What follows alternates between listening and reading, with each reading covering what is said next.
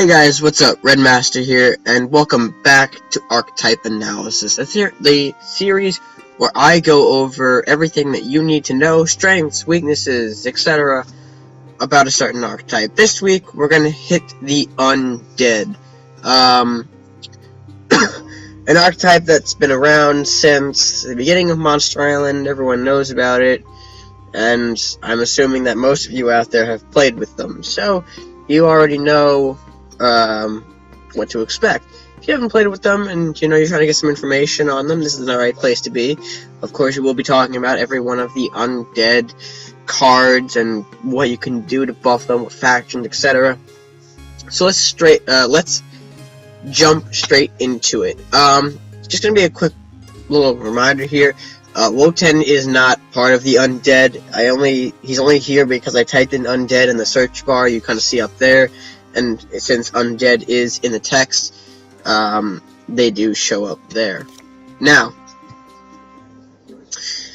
what we're going to go over first is the basis of an undead deck. An undead deck essentially requires these two guys right here, either a zombie or a cursed pirate. Now, having them straight in your deck is not going to be smart, because they do take up card space, and you don't want to waste a turn just to throw out a zombie. There are much more efficient ways of playing these guys, and, most of some other undead cards have the abilities to summon undead, such as the altar. Right here, as you can see here, the altar summons a zombie at the beginning of your turn, so that's highly beneficial to starting your zombie army. You also have, actually no, how about this, Damned, because both of them are named Damned. Either Army or Ship of the Damned. Army for your zombies, Ship for your cursed pirates. These, for 2 gold, you're summoning out 3 of them, so it's a great deal, especially since the cursed pirates are 1 each, you're basically getting 1 for free.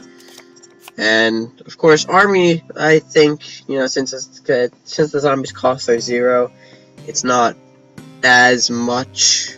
You're not really getting, you may not think you're getting gold's worth, but you actually are. So, back to what I was saying. These are basically your powerhouses, or basically, not your powerhouses, there are other powerhouses in the deck, but your starting foundation for an undead deck. Now, of course, these guys are pretty weak on their own, so you're going to need some additional buffs to keep them alive. Witch Doctor has a great last will ability of giving all undead units 1/1. Sort of like what you see in the Nun right now, the Nunchuck Nun.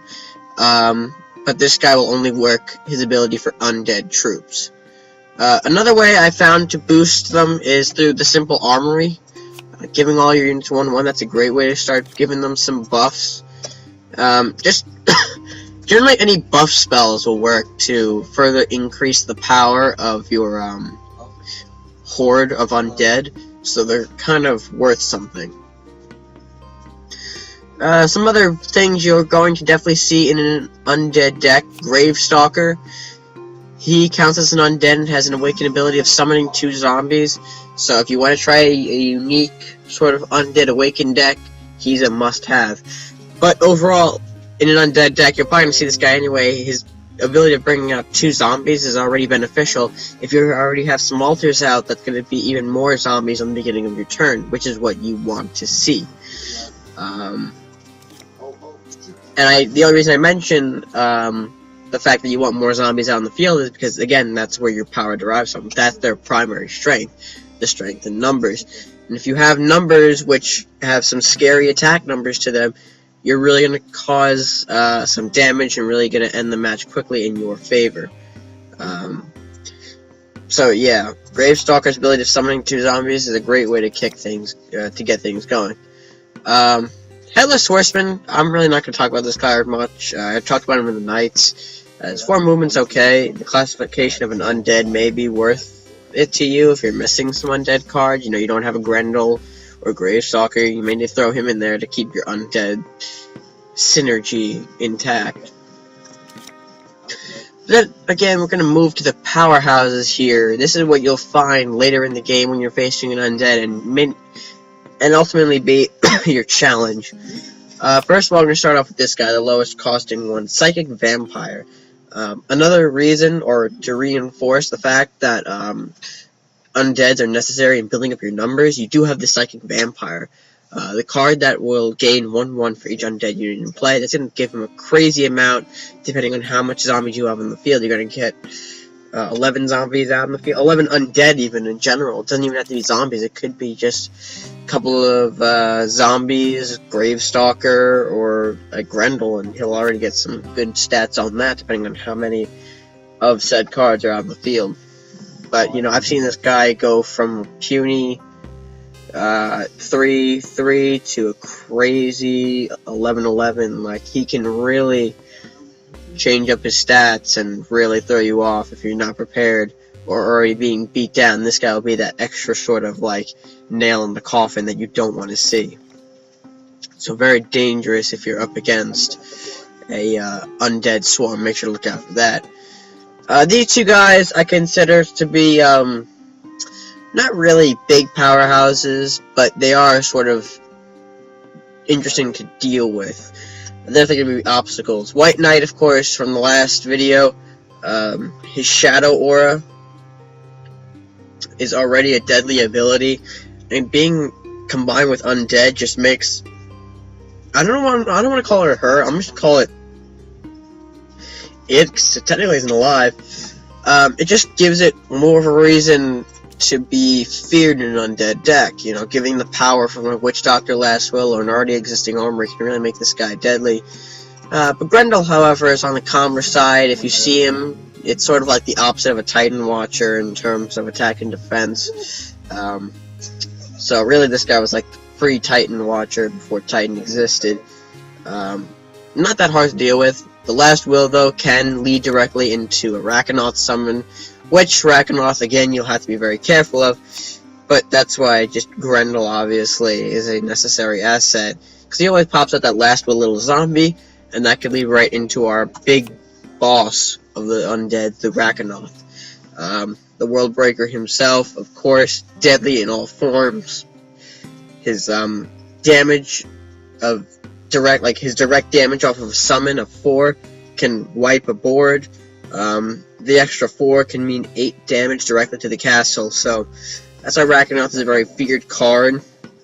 You'll mainly see him in Undead, sometimes in Dragons if your opponent decides to run a Warlock Crusader build of Dragons, but again, a very deadly force in either of those decks, and is a real sort of like,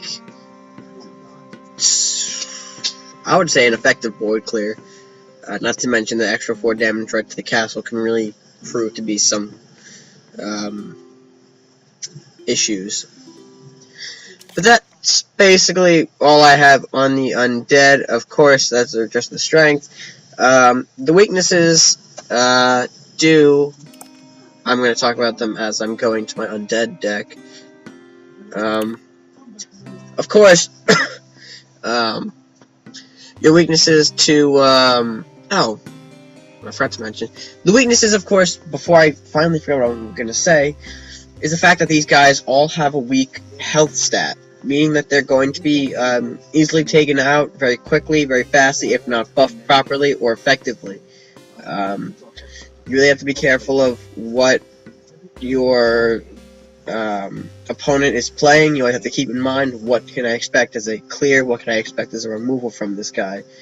And that's what makes it dangerous. I forgot to mention some of the other summoning methods. I'm not looking through these now, and I'm like, duh, I forgot some of these. Of course, you have Acolyte and Sea Witch. Those guys, each deadly in their own right. They're ranged, can also summon a zombie, and with the extra attack, it can become even deadlier to have them wandering the field. And of course, Eternal Darkness, which just summons a squad of zombies, so it's like 5 zombies for the price of 6. Yeah, just some quick summoning methods of Undead, the way to build up your army that I forgot to mention. So here's what I have in an Undead lineup. I know it kind of looks odd. You know, not necessarily your typical undead, not what you see walking around anyway, but this is what I used to use. Let's see if it still works in a singles match. Single. Just to see if it still works. Okay, so our hand is pretty beefy there, really. Let's get rid of that. Oh, God. Okay. Grotesque Offering could be good. We could play out our Bridge Troll. Hopefully he doesn't get rid of it. I don't think he's gonna get rid of it. Is he gonna get rid of it? No. Oh, okay. Army to the Hand, so I don't have to sacrifice the Bridge Troll if I want to draw. I might use more draw, though, on one of these zombies next turn. So now let's give that damage to the castle.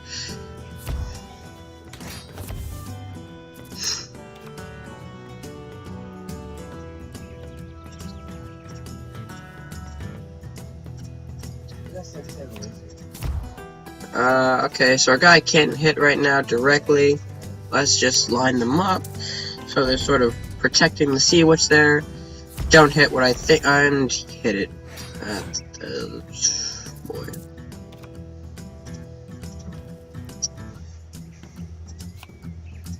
Okay, what we could do is turn this around. So as you can see, we're kind of keeping a good presence of undead units around. Just because I have things like Rakanoth on deck to use, which is going to be your ultimate source of damage. Okay, good. I was about to say, if you took out the Sea Witch again, we're going to have some problems. However, that's not the case. We can move our guy up a bit here. We could play around. And get rid of you. Now we're going to go test this useless guy because we don't need him around right now. Can summon some more zombies. And we're gonna go test this guy back here. I don't know why I just moved him. Oh, okay, good. I did move him up there. Chaotic. Okay, that's another thing you have to be worried about. Good thing you didn't throw that early game, though. Okay, Grotesque. Grotesque is not a guy. Okay, good. Dread Pirate I'm going to throw out, essentially, because what he's going to do is provide the Merchant's Favor for an earlier next turn Rakanoth summon.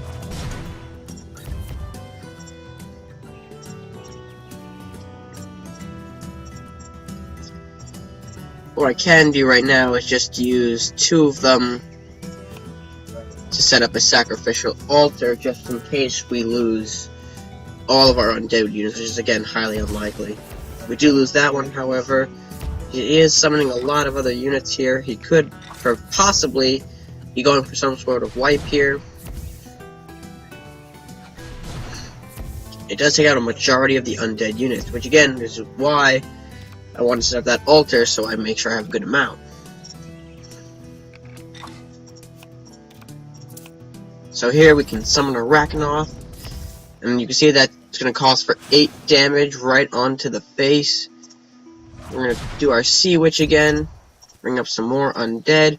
Doesn't matter at this point, we've essentially clutched the game, no matter if well, if you can get rid of all 4 of these undead, 5 of these undead units, including Rakanoth, and the game will continue. If he cannot take them all out, he will lose.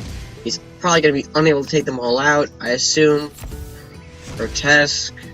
Do activate that last will effect. And he cannot. So, of course, that's basically what the powers of Undead can do. It's all been changed, though. We can see that through cards.tv. There are a variety of users going around with that to see what is different from what I said. And of course, what was I going to say? I don't even know what I was going to say. I think just overall what I'm going to try and get at is that there's always going to be variations of Undead. You never know what people are running, so always keep an eye out on TV to see what possibly the best Undead combos. They're always on TV somewhere. But, with that, that's going to end the episode. So, if you enjoyed, please make sure to like this video, share it with your friends, and even comment down below. And if you are new to the channel, make sure to hit that subscribe button. All the support helps in creating more content. So, until next time, guys, stay gaming.